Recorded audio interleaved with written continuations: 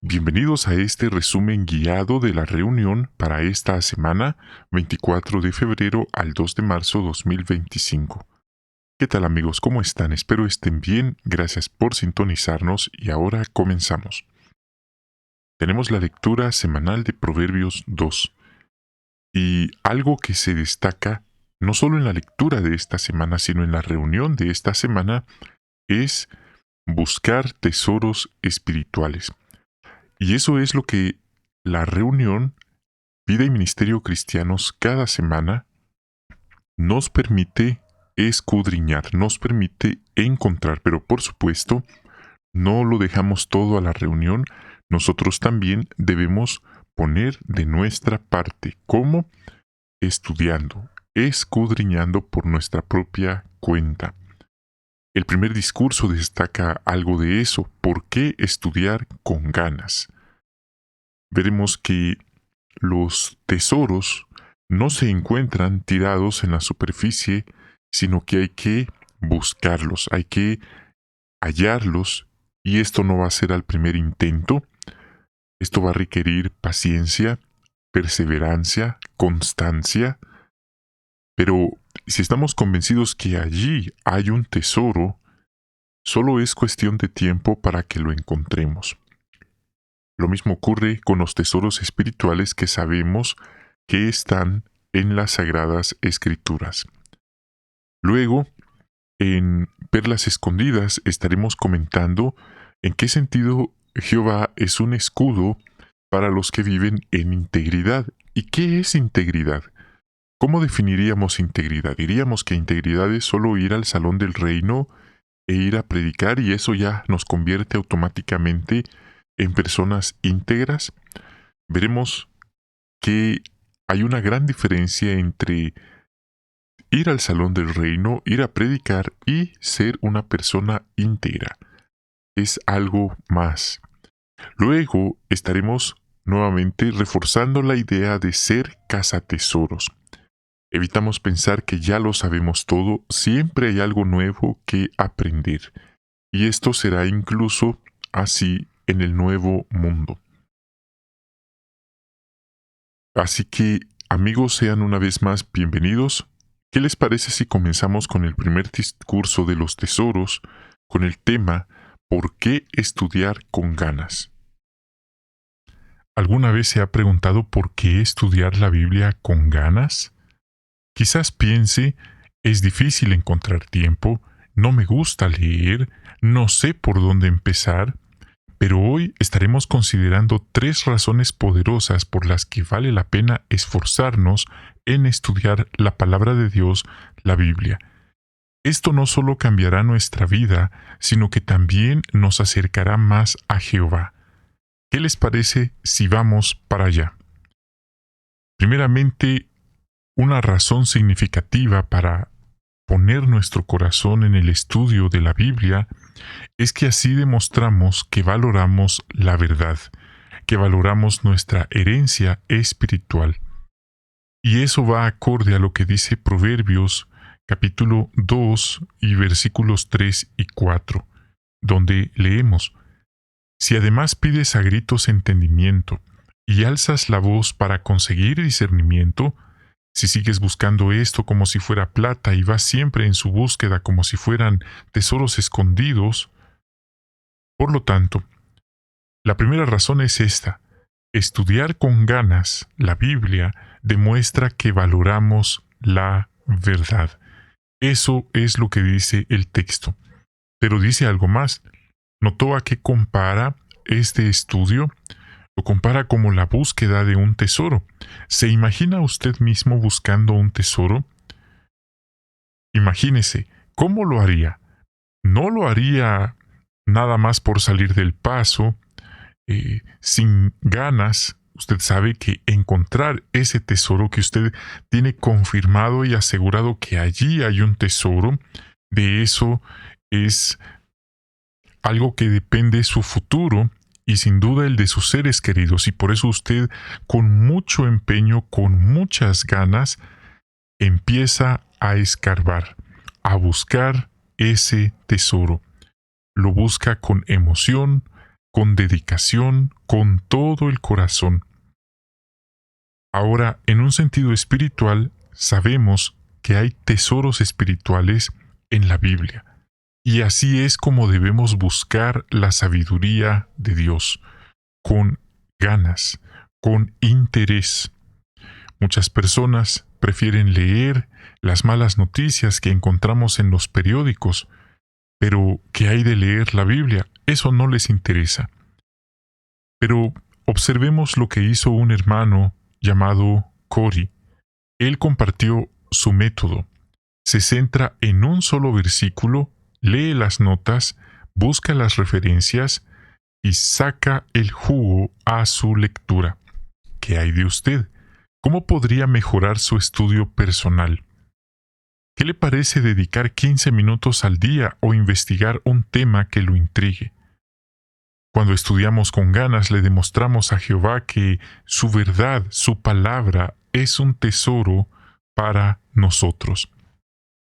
Sigamos leyendo lo que dice la Biblia en Proverbios capítulo 2, pero ahora los versículos 5 al 7, y nos dice: Entonces entenderás el temor de Jehová, y encontrarás el conocimiento de Dios, porque Jehová es quien da sabiduría, de su boca vienen conocimiento y discernimiento. Él reserva sabiduría práctica para los que son rectos, es un escudo para los que viven con integridad. Así que aquí encontramos una razón, una segunda razón poderosa para estudiar la Biblia con ganas, y esta es que nos ayuda a tomar buenas decisiones. ¿Y quién de nosotros no desea tomar las mejores decisiones en la vida? Aquí se habla de la sabiduría. ¿Cómo definiría usted sabiduría? Sabiduría no es solo saber mucho, no es solo tener conocimiento. Recuerde, los malos espíritus tienen mucho conocimiento. Pero, ¿será que eso también es ser sabio? Imagine que está enfrente de una decisión importante. Una decisión que usted sabe que puede ser difícil y que no le haya salida. ¿Qué carrera elegir? ¿Cómo resolver un conflicto familiar? ¿Cómo resistir una tentación? La Biblia nos da las respuestas, pero para encontrarlas debemos estudiar con empeño. Muchas personas están encerradas en un laberinto de problemas, de inquietudes, y no le hallan la salida por ningún lado. Pero cuando nosotros vamos a la Biblia, es como alguien que está arriba, alguien superior que tiene otra perspectiva de la vida o de los problemas, nos está orientando, como apreciamos en esta fotografía. Por eso le pregunto a usted, ¿recuerda alguna vez en que la Biblia lo ayudó a tomar una buena decisión? Por favor, compártalo en los comentarios. Cuando basamos nuestras decisiones en la Biblia, demostramos que somos verdaderamente sabios. Veamos ahora la tercera razón para estudiar con empeño, con ganas, la Biblia. Proverbios 2, 11 y 12. Leamos juntos. La capacidad de pensar velará por ti, y el discernimiento te protegerá para librarte del mal camino, del hombre que dice cosas perversas. Vivimos en un mundo en que hay muchas ideas contrarias a la Biblia. Cosas como la evolución, el marxismo, el materialismo, sin fin de teorías, el relativismo moral. ¿Y cómo podemos mantenernos firmes, especialmente si nos sentimos presionados o si no sentimos interés? En esta imagen, la jovencita está muy entusiasmada recibiendo sus clases seglares. Pero ahí está el choque espiritual, porque luego al estar en la reunión, no hay a las horas de salir de la reunión. Siente que el tiempo no avanza, siente que ese reloj está parado, sin batería, pero en realidad es que ella no es feliz sirviendo o asistiendo a la reunión. Sería una lástima que nosotros nos sintiéramos de esa manera. Por eso, ¿cómo podemos mantenernos firmes? Usando algo que muchas personas no usan hoy, y que es la capacidad de pensar. Muchas personas van en piloto automático por la vida. Muchas personas solo van por allí, pero no piensan lo que hacen, no piensan cómo las decisiones que toman pueden afectarlos a ellos y a terceros en el futuro. Por eso, estudiar es como quitarnos un velo espiritual, un velo que nos permite ver con claridad y entender por qué creemos lo que creemos y a defender nuestra fe con convicción. Y esto es muy importante porque vivimos en un mundo, en un sistema que a lo bueno le llama malo y a lo malo le llama bueno.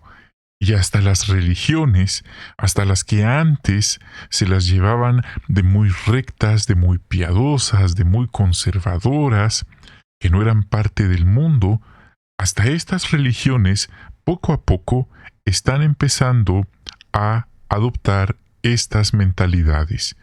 Por eso debemos cuidarnos bastante a nivel personal, para que, aunque el resto piense distinto, nosotros tendremos el valor de ir contra la corriente. Muchas personas no están preparadas para eso. Muchas personas van a donde va la mayoría, sin importar si eso es poco inteligente o no tiene sentido común. Las personas van a donde va la mayoría. Muchos tienen ese problema. Con ese propósito, podemos hacer algo para fortalecer nuestra fe. Quizás estudiar un tema que nos intrigue como la creación o alguna profecía bíblica. Las Escrituras nos llaman a la acción. Las Escrituras nos dicen que si estudiamos y meditamos en la palabra de Dios, la Biblia, diariamente, seremos como un árbol plantado a la orilla de un río, de corrientes de agua, y daremos nuestro fruto a su debido tiempo. ¿Qué le parece el siguiente reto? Elija un versículo de la Biblia o un tema bíblico y estúdielo con ganas, con interés, con empeño. Use las referencias que tenemos, notas y preguntas, y verá cómo su relación con Dios y su espiritualidad se hacen más fuertes, y su vida se llena de propósito. Sigamos con las perlas escondidas. La primera está extraída de Proverbios 2:7. Recuerde que la lectura de esta semana es el capítulo 2 de Proverbios. El texto nos dice: Él reserva sabiduría práctica para los que son rectos. Es un escudo para los que viven con integridad. Pregunta: ¿en qué sentido es Jehová un escudo para los que viven con integridad? Bueno, Jehová es un escudo para ellos en el sentido de que protege y guarda a quienes confían en Él y se esfuerzan por vivir de acuerdo con sus principios. En otras palabras, por quienes no llevan una doble vida. En una vida van al salón del reino, van a la predicación, quizás a los exhibidores, y en otra vida están practicando el pecado grave. Así que esta protección no se basa en la fuerza moral propia, sino en la fe y la confianza en Dios. Jehová actúa como un escudo defendiendo a los íntegros de peligros espirituales y dándoles estabilidad en su vida. Aunque puedan enfrentar dificultades como le sucedió a Job, Dios garantiza que su integridad será recompensada con un futuro seguro y su aprobación. Así que una lección clave que nos deja esto es que la integridad y la confianza en Dios son fundamentales para recibir su protección y bendición. En cambio, si alguien está jugando con Jehová, llevando una doble vida, esa persona está en una situación muy peligrosa. ¿Qué perlas espirituales encontramos en la lectura de esta semana? Veamos juntos algunas. Número 1. Vamos ahora a versículo 1 del capítulo 2 y dice: Hijo mío, si aceptas mis palabras y atesoras mis mandamientos. Nos recuerda que la sabiduría comienza cuando abrimos nuestro corazón a la palabra de Dios y la valoramos como un tesoro. Es bueno que dediquemos tiempo cada día a leer la Biblia, meditar en sus enseñanzas y guardarlas en nuestro corazón, no solo en la mente. Esto nos ayudará a tomar decisiones sabias y a vivir en obediencia a Jehová Dios. 2. Proverbios 2, 3 y 4 dice: Si además pides a gritos entendimiento y alzas la voz por conseguir discernimiento, y sigues buscando esto como si fuera plata, como tesoros escondidos, esto nos enseña que la sabiduría no es algo que se va a obtener sin esfuerzo e instantáneamente. Hay que buscarla, y esto no va a ser de un día a otro. Hay que buscarla con interés y perseverancia, como quien busca un tesoro. Mire, los que están buscando el petróleo no lo encuentran tirado en la superficie y solo es de recogerlo. Ellos deben perforar cientos de metros. Tienen maquinaria especializada y les lleva su tiempo. Oremos a Dios pidiéndole entendimiento y discernimiento, y no nos conformemos con lo superficial. Él nos ayudará. Número 3. Proverbios 2:5. Entonces entenderás el temor de Jehová y encontrarás el conocimiento de Dios. Esto nos enseña que el temor de Jehová no es miedo, sino reverencia y respeto hacia Él. Cuando reconocemos la grandeza de Dios y su soberanía, nuestra vida adquiere un nuevo sentido. No estamos al mismo nivel. Cultivamos una relación personal con Él en la que dependemos de Él y sentimos la paz de conocerlo y servirle. 4. Proverbios 2:6. Porque Jehová es quien da sabiduría, y de su boca viene conocimiento y discernimiento. Esto nos anima a no depender de nuestra propia inteligencia o entendimiento, sino más bien complementar, reconociendo que la verdadera sabiduría viene de Dios. Acudamos a Él en oración y pidámosle que nos guíe en cada decisión. Él nos dará la claridad que necesitamos. Esto podría explicar por qué personas que intelectualmente y con muchos títulos académicos prominentes no logran, por así decirlo, pasar a un siguiente nivel. ¿Por qué? Porque ellos quieren poner su relación con Dios, quieren ponerse al mismo nivel de Dios, quieren racionalizar cada cosa que leen en la Biblia como si la Biblia debe acoplarse a ellos, cuando en realidad es al revés. Somos nosotros quienes debemos alinearnos. 5. Proverbios 2:7. Él reserva sabiduría práctica para los que son rectos y es un escudo para los que viven en integridad. La integridad es un valor que a Dios le agrada. Es como una medalla espiritual, una medalla del alma que Jehová observa. Jesucristo también.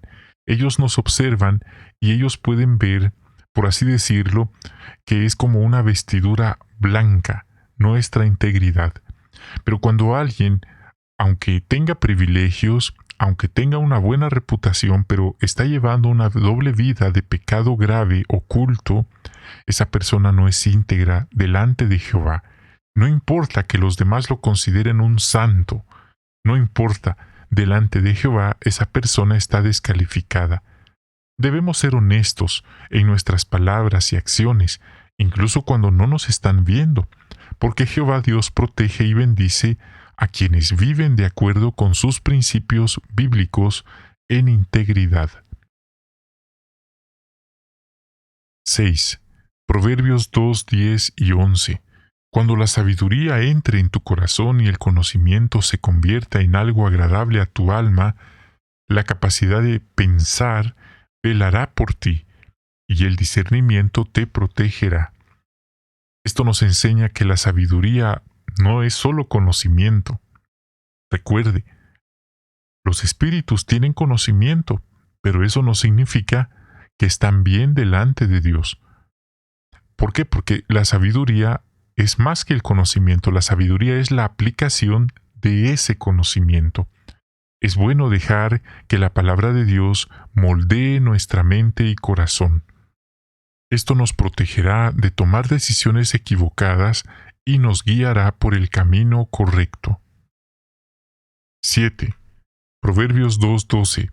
Para librarte del mal camino y del hombre que dice cosas perversas. La sabiduría nos ayuda a discernir entre lo bueno y lo malo. Alejémonos de las malas personas, las malas influencias, personas que solo buscan corrompernos o alejarnos de Dios. En vez de eso, busquemos la compañía de quienes nos animan a crecer en la fe y ser la mejor versión de nosotros mismos. Ahora bien, quiero hacer un paréntesis. Esta clase de personas positivas, personas vitaminas, como se les llama, son lo opuesto de las personas tóxicas, no se encuentran en cada esquina. Este tipo de personas son escasas. Si usted es una de ellas, siga creciendo.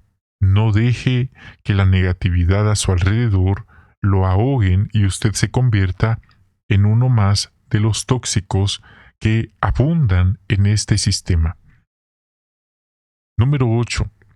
Proverbios 2:20. Así que tú sigue el camino de los buenos y quédate en los senderos de los justos. Esto nos enseña que el camino de la justicia no siempre es fácil. Se oye fácil, pero este es el camino que lleva a la vida eterna. Busquemos la compañía de personas que de verdad aman a Dios y nos motivan e inspiran a ser mejores. Juntos podremos apoyarnos y crecer en la fe. Pero recuerde, no estamos diciendo que ponga su fe en ellos, ponga su fe en Jehová y en Jesucristo. Así su fe no tendrá intermediarios, su fe será, por así decirlo, una conexión directa. Número 9. Proverbios 2:21. Porque solo las personas rectas vivirán en la tierra. Jehová Dios promete bendecir a quienes viven en rectitud. Aunque enfrentemos dificultades, mantengamos nuestra confianza en Él. Su fidelidad nunca falla y sus promesas son seguras. Esto puede animarnos cuando podremos sufrir alguna provocación de parte de malos vecinos, de parte de personas que nos encontramos quizás en la calle, en la predicación, en el tráfico, en el trabajo, personas que nos hacen comentarios o acciones que pueden hacer que perdamos el control. Debemos recordar estas palabras y no perder la cordura y el buen juicio. Número 10. Proverbios 2:22. Ahí menciona a los traidores. Los malvados serán eliminados de la tierra y los traidores serán arrancados de ella.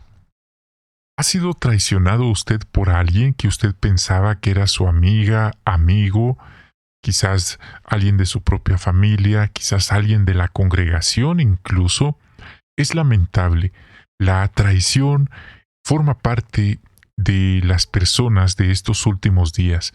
A veces caemos en el error de pensar que los traidores son solo las personas del mundo, pero si usted lee bien 2 Timoteo 3:1-5, se va a dar cuenta que ahí no está hablando de personas del mundo, está hablando de personas que ya van a una religión.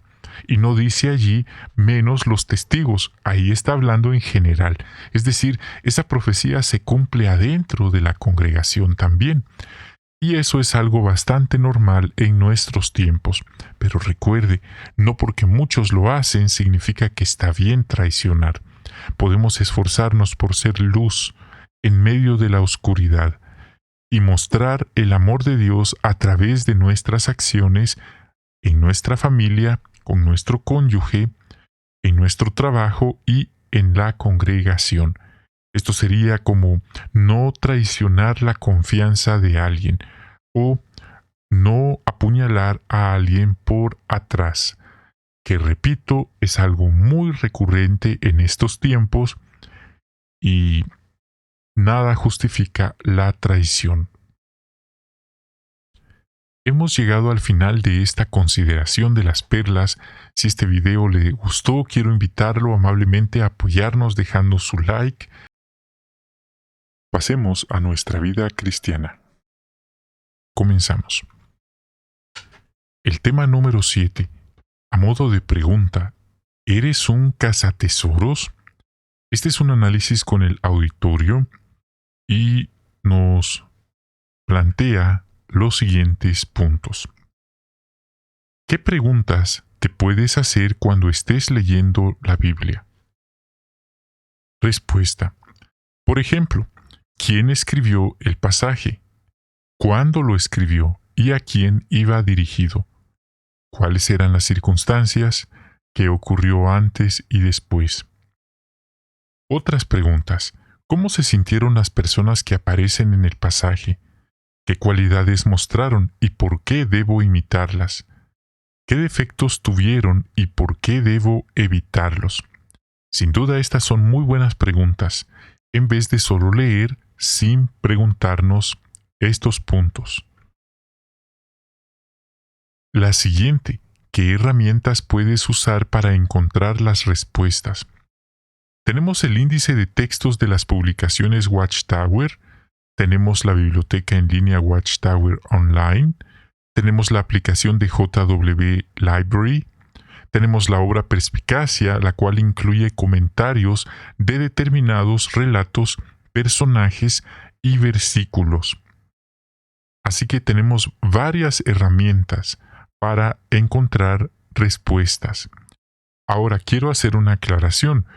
No vamos a encontrar todas las respuestas a todas nuestras preguntas, pero sí a muchas de ellas.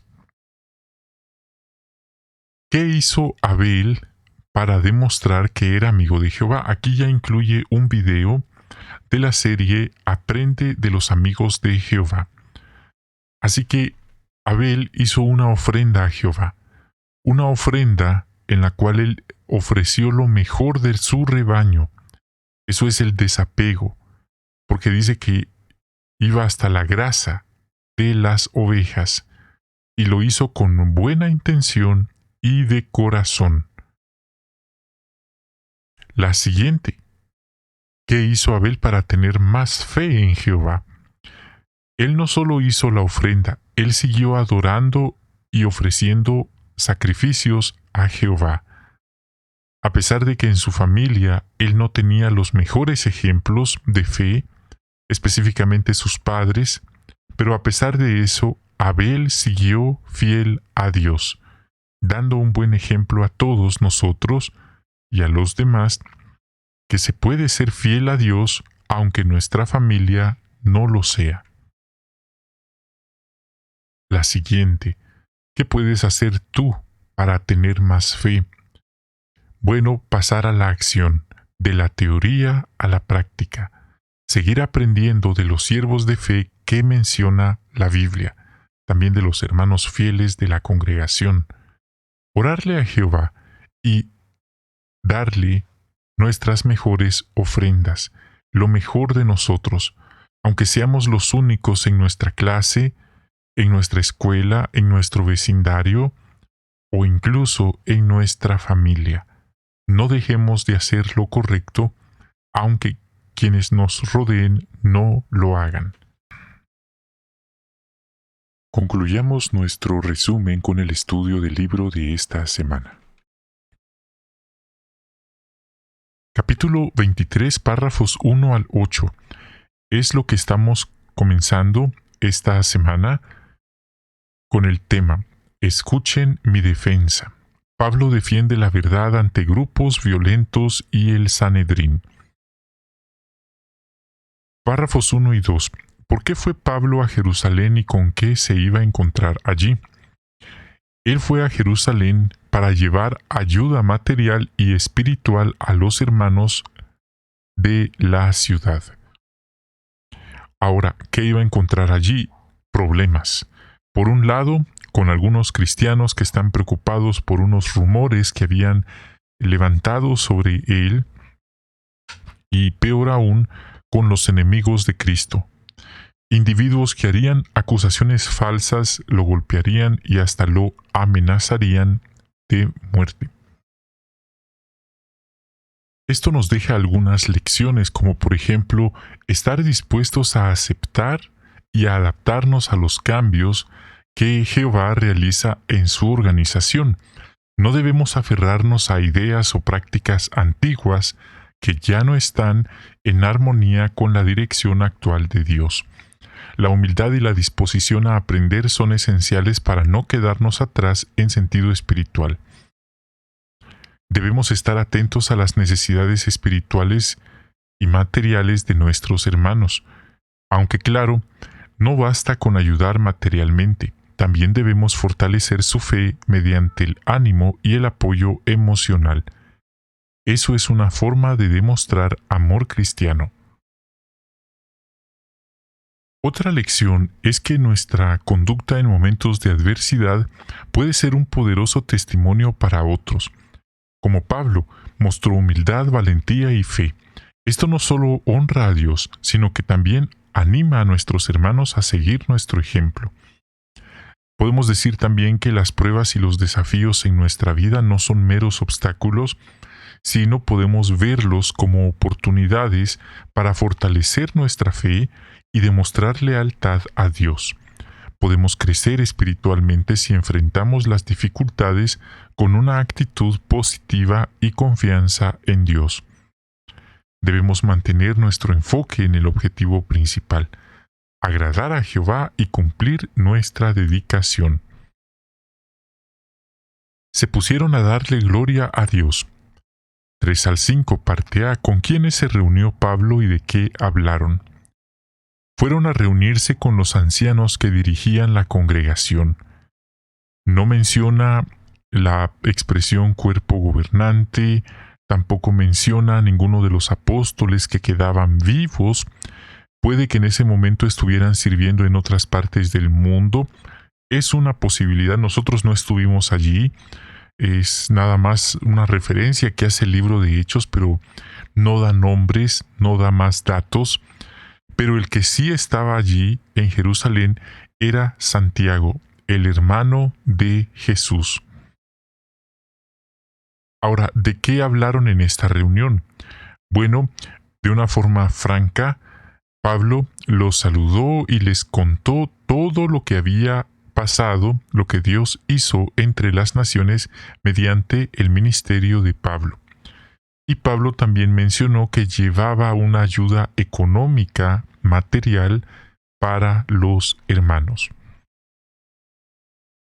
Pregunta B. ¿Qué aprendemos de la reunión que Pablo tuvo con los ancianos de Jerusalén?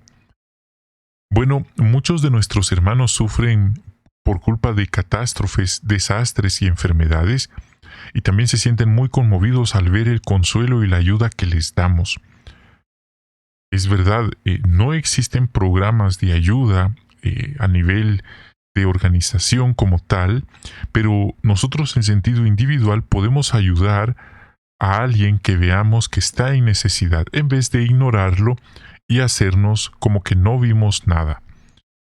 Otra cosa que aprendemos es que es muy importante mantener una buena comunicación abierta, sincera, respetuosa entre nosotros. Los ancianos deben estar al tanto de las necesidades y los logros de los hermanos, y los miembros de la congregación deben sentirse cómodos compartiendo sus experiencias y preocupaciones. Imagine que pasó un desastre en la zona y los hermanos, por pena, no expresan los daños que tienen. Evidentemente, ahí hay un serio problema de comunicación.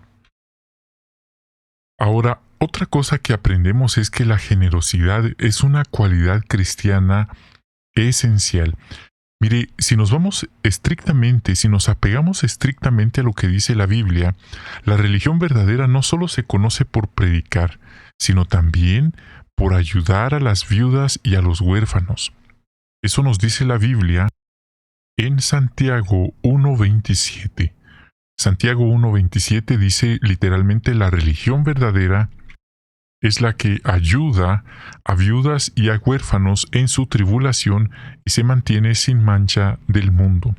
Entonces, si algunos hermanos, sean nombrados o no, tienen el concepto que la organización o la congregación sirve nada más para predicar y repartir publicaciones y tratados y revistas, pero no para ayudar porque no es beneficencia, quizás deberían volver a leer la Biblia y prestar atención a Santiago 1.27. Y ya que no es algo personal, es directamente la palabra de Dios la que establece ese otro pilar de la congregación cristiana. Ahora imagínese, alguien que dice que no ayuda a personas del mundo, pero tampoco ayuda a los hermanos de la congregación, no ayuda a nadie. ¿Qué está haciendo entonces esa persona?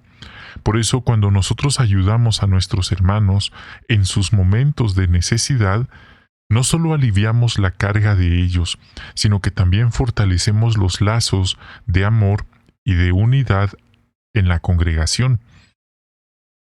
La ayuda material y emocional es una forma tangible de demostrar el amor del Cristo. Quizás no lo habíamos visto desde esa forma, pero es algo que tiene fundamento bíblico. Debemos estar dispuestos a escuchar y aprender de las vivencias de otros, como fue el caso de los ancianos que escucharon y aprendieron de Pablo, pues esto puede fortalecer nuestra fe y darnos nuevas perspectivas sobre cómo Dios actúa en la vida de sus siervos. Otra lección, o más bien dicho ahora lecciones que nos deja este punto, es que los ancianos deben trabajar en unidad. Recuerde, no es que un anciano debe dominar al resto de los ancianos, es un cuerpo de ancianos. Deben trabajar juntos como un cuerpo, bajo la guía de Jehová, la guía de las instrucciones, pero sobre todo, más importante que las instrucciones son los principios bíblicos. ¿Para qué? Para cuidar de las ovejitas, para cuidar de las necesidades espirituales y materiales de los hermanos. Como miembros de la congregación debemos apoyar y respetar a quienes nos guían espiritualmente. Cuando recibimos bendiciones, es importante reconocer que todo viene de Jehová y darle las gracias y la gloria que se merece. Eso nos ayuda a mantener un corazón agradecido y humilde, recordando que todo lo bueno proviene de Jehová. Quiero comentarles que estas lecciones las pongo. ¿Por qué? Porque es importante no solo leer el comentario, no solo leer el párrafo, sino también entender lecciones y aplicaciones prácticas. Quedaban muchos fervientes defensores de la ley. Número 6. ¿Qué problema le contaron a Pablo? Le dijeron que había un problema en Judea y esto tenía que ver con él mismo. Y aunque vamos a ver algo de eso brevemente en este estudio, la otra semana se seguirá ampliando. Pero básicamente le dijeron: hermano, ¿sabes que hay muchos miles de creyentes entre los judíos? Note, judíos, y que todos son fervientes defensores de la ley. Pero ellos oyeron rumores de que a todos los judíos que viven entre las naciones les estás enseñando que dejen la ley de Moisés, diciéndoles que no circunciden a sus hijos ni sigan las costumbres establecidas. Bueno, según lo que leemos acá, ellos estaban al tanto de que habían muchos hermanos que seguían aferrados a la ley, y se veía como algo no apropiado que Pablo enseñara lo contrario. Esto nos deja algunas lecciones. En la congregación es posible que surjan malos entendidos o hasta rumores sobre usted, sobre nosotros, sobre cualquiera, y esto puede causar divisiones y tensiones. Es importante abordar esos problemas con claridad, amor, paciencia y respeto. Debemos estar dispuestos a escuchar, aclarar las dudas y corregir cualquier información errónea para mantener la unidad y la paz en la congregación. En la congregación es posible que haya diferencias de opinión o de enfoque. pero lo más importante es mantener la unidad basada en el amor y el respeto mutuo. Debemos estar dispuestos a trabajar juntos para resolver conflictos y fortalecer la hermandad cristiana. No debemos permitir que las costumbres o preferencias personales nos impidan avanzar espiritualmente o aceptar la guía actual de Jehová. 7 y 8. ¿Qué punto de vista equivocado tenían muchos cristianos de Judea? Muchos de ellos pensaban que seguían bajo la ley.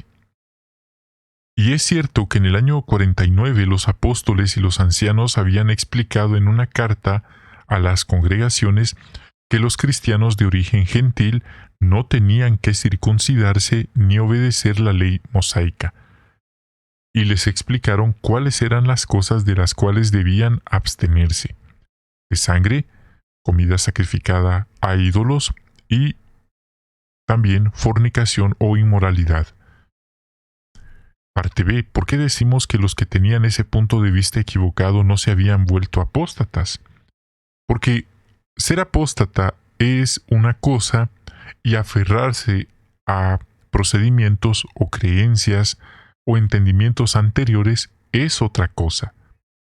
No es que antes adoraran a dioses falsos y ahora quisieran seguir con algo pagano. No, nada de eso.